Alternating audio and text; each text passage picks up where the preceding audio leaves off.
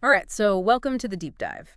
Today we're talking about smart money moves, specifically how to boost your disposable income so you can invest like a pro. We're diving into a Medium article by Austin Oladoy. He shares some seriously practical advice based on his own journey to financial freedom. And what I really like about his approach is that, well, he doesn't just give you financial tips, right? He also talks about the importance of changing your whole perspective on money, your mindset. Exactly.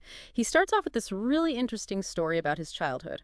He talks about growing up with very limited resources. He actually remembers times when his family couldn't afford electricity and they had to go to bed in the dark. Wow, yeah, that's That, those early experiences, they can really shape how we think about money later on. yeah.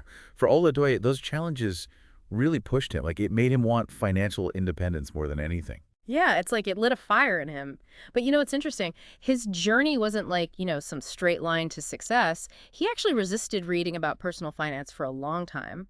But then he discovered Think and Grow Rich, and it totally changed his thinking. Oh, that's a classic for sure. Mhm. It's all about, well, believing in yourself, believing you can achieve financial success, having that positive mindset. Exactly.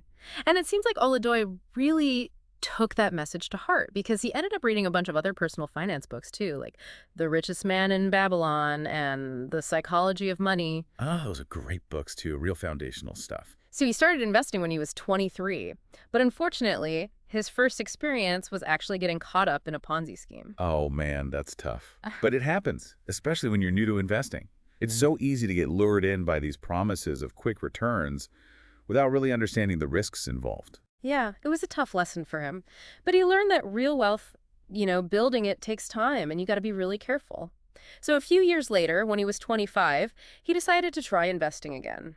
But this time, he was much more cautious. He started small, just £1,000, and committed to adding £100 to his investment account every month.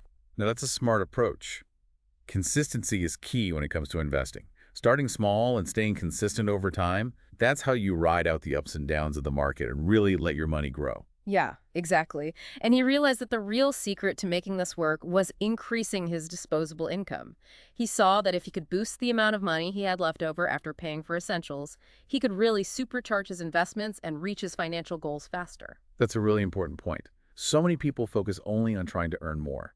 But Oladoya realized that understanding and controlling his spending habits was just as crucial. Even small leaks in your spending can add up to a big impact over time. Yeah, that's where his 5 tips come in, which we'll talk about in a minute. So let's get into those 5 tips. The first one is all about building high-level skills. Oladoy started out as a customer service advisor, but he realized pretty quickly that if he wanted to earn more, he needed to, level up his skills. Yeah, it's all about investing in yourself, right? Like Oh, in today's job market, those high-level skills, they're in such high demand. Think about stuff like, specialized technical knowledge, data analysis, project management, even just like creative problem solving. yeah. Those are the skills that can really boost your earning potential. For sure. And Oladoy really stresses continuous learning, taking courses, going to workshops, just always looking for opportunities to learn and grow. He also talks about networking, building relationships with people in your field. Yeah, that's huge. Studies have actually shown that people who are constantly learning, like upskilling themselves and adapting to new technologies, they tend to earn significantly more over their careers. That makes sense. Okay, so his second tip is a classic, but it's so important. Track your expenses and cut back on unnecessary spending. Oladoy actually used a simple spreadsheet to track every dollar he spent. That way he could see exactly where his money was going and figure out where he could cut back. Oh, that's a strategy I recommend to everyone. It's amazing how much money we waste without even realizing it. Just little things here and there. But when you actually track your spending, you start to see those patterns and you can make more conscious choices. Totally. He even tells this funny story about how he used to buy packed lunches from Tesco every day. It was like £3.50 a day, which didn't seem like a lot at the time, but it added up to over £800 a year. Yeah, it's that classic latte factor, right? Small recurring expenses that can really drain your bank account over time. You got to find those little leaks and plug them up so you can use that money for something better. Exactly. Okay, tip number 3 is all about finding a part-time job or exploring passive income streams.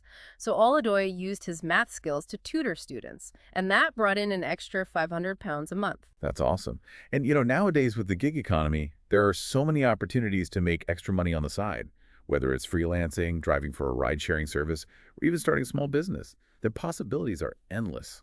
Yeah, and what I love is that Oladoye takes it a step further. He talks about turning those side hustles into passive income streams. Like, he gives the example of creating an online portal with math resources that students could subscribe to. That's such a smart idea. Yeah. Passive income is like the holy grail of financial freedom, you know? Yeah. It's all about creating systems and assets that generate income without you having to constantly work for it. Yeah, it's like making money while you sleep. No? Okay, so his fourth tip might seem a little counterintuitive. It's cultivating a habit of giving.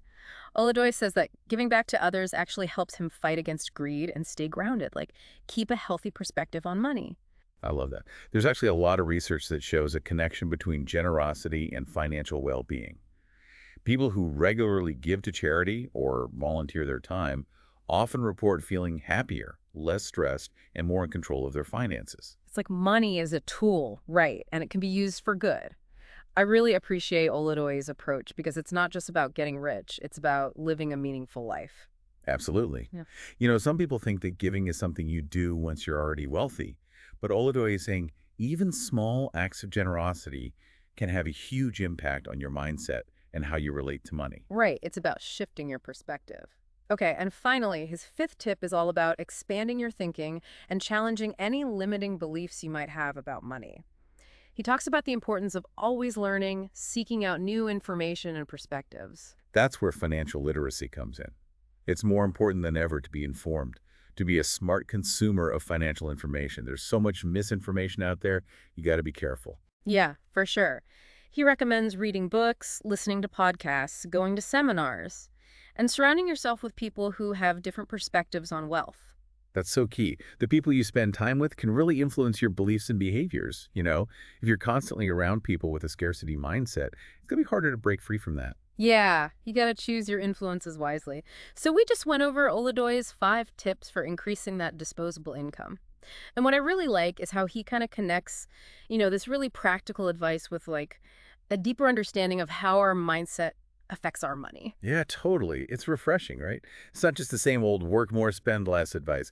He's really pushing for a more holistic approach, like recognizing that how we handle money often reflects our beliefs and values. For sure. He's basically saying, yeah, track your expenses and learn new skills, but also like think about your money mindset. Be generous and always keep learning. It's that combination, that seems to be working for him. Oh, yeah, it's definitely working. He even mentions that he's on track to be a millionaire by his 30s, which is pretty inspiring. It just goes to show, like, financial freedom is possible, but you need the right strategies and you got to be consistent. It's like that saying, it's a marathon, not a sprint. Building wealth is a journey. It's about those small steps you take consistently, always moving towards your goal.